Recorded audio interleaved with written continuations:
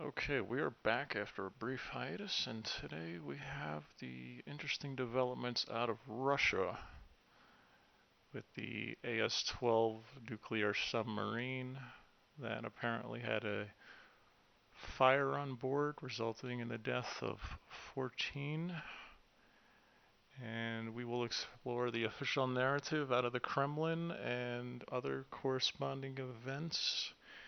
Let's see if we could just make some more light out of this. So, apparently 7 of these men were apparently NATO equivalent '06. Basically, a lot of captains on board, and 2 of the men are apparently heroes of the Russian Federation. And what that means is they were basically it's basically the equivalent of the American Medal of Honor. It's American Medal of Honor, as you know, is going to be awarded to military personnel, and Hero of the Russian Federation, if I'm not mistaken, can be awarded to civilians. It's awarded to cosmonauts. It's awarded to military personnel for gallantry. It's a little more broad as far as broad spectrum of how you can receive it. But nevertheless, I'd say it's on par with the Medal of Honor. Well, you have 2 of these gentlemen on this submarine. Like I said, on top of all that other brass, definitely it was a pretty serious expedition. And apparently, what we know now is that the submersible vehicle, the submarine, is sitting at Severomorsk Navy Base, which is the Northern Fleet up there. That's where the Northern Fleet is headquartered. And we just know it's there. Apparently, they had an issue somewhere. They don't even really say if it was the Barents Sea or where not. All we know is, that's where the North Fleet's out of, is the Barents Sea. We don't know if it happened in the Norwegian Sea. We don't know if it happened in the Arctic. What happened as far as, it's just that, one thing I did specifically notice was the body language between Sergei Shoigu and Vladimir Putin, the choreographed official press release. That both men seemed very unnerved, very uneasy, like a very serious issue. I would say to the point that their demeanors were very shaken. I mean, Putin has a very nonchalant demeanor. If you notice his body language, if you notice his personality, if you notice everything, I would say today it definitely not the KGB strongman we're used to. I mean, he definitely he looked shaken. And I'd say Sergei Shoigu, him as well. He looked more stone-faced, more composed. You know, it's tough to read the Russians, but I would say that they're dealing with an extraordinary issue. Obviously, much more than probably what's released. And what we know now, apparently, Vice President Mike Pence was on his way up to Manchester, New Hampshire for a summit about drug addiction, and apparently he was on Air Force Two. Decides to disembark Air Force Two and head back to the White House for high-level meetings.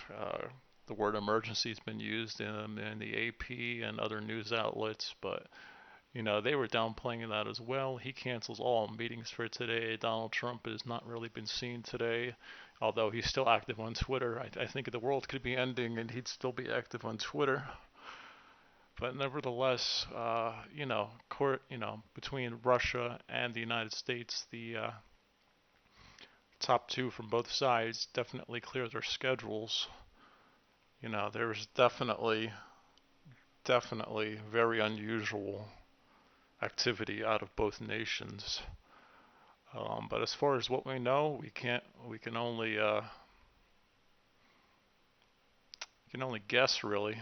You just gotta, there's no concrete evidence. This is all very highly classified stuff. It's nothing official has been released yet as far as what happened, other than smoke inhalation. Apparently they were mapping the ocean floor. It just makes you wonder if they were further north into the Arctic Ocean, what they possibly could have found. Did they come in contact with something? I mean, it's. I'm sure there's a lot more going on behind the scenes than what's being officially stated. It would appear to be a very serious situation, and I don't think over the coming days we're going to get 100% of the clear picture of what's going on, unless the situation, I hate to use the word deteriorates, but not as far as international relations or anything, but as far as deteriorates as in perceived threat. And very unusual language to use, very unusual situation. I mean, what exactly did happen? I mean, obviously there's risks with submarines. There's risks with deep sea exploration, especially a vessel of that sort, especially with the Russians do have a history with faulty equipment, whatnot. But however, I would think this seems like more. And just seeing the mirrored response on the American side as far as situational planning or discussion or what exactly is going on, there's something more than meets the eye. I would say more than even, let's say, if the Russians were trying to hack the underwater sea cables or whatnot. They're not going to send a team with a gentleman like that to do that.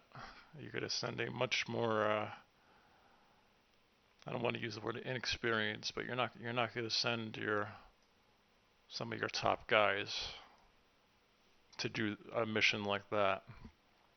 It's very unusual to say the least. So we will see in the coming days probably nothing, and you would hope the situation would almost fizzle out. It's very, a lot different than that pilot.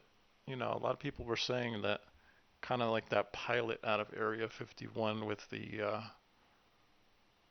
extreme educational background and the test pilot. What happened there is, that there was never a release beyond what really happened, other than that, he was just killed experimenting in aircraft. I think this would go the exact same way unless there was a perceived threat or a serious issue. I mean, if I were to speculate, it probably happened in the Arctic Ocean, probably above the Barents Sea, somewhere probably in the God knows middle of nowhere land. And like I said, you can hope to believe the Russian narrative, but unfortunately, we know from the Cold War, the Russian narrative is never the narrative. And obviously, if politicians are involved in a situation like this, it is not a good situation, because typically with research like this, it doesn't become political. That's one thing. Any sort of experimental projects, advanced R&D, all sorts of that stuff, broad spectrum of that stuff in general, never gets political, never gets authorization to be approved for, completely stays out of the way of the political spectrum.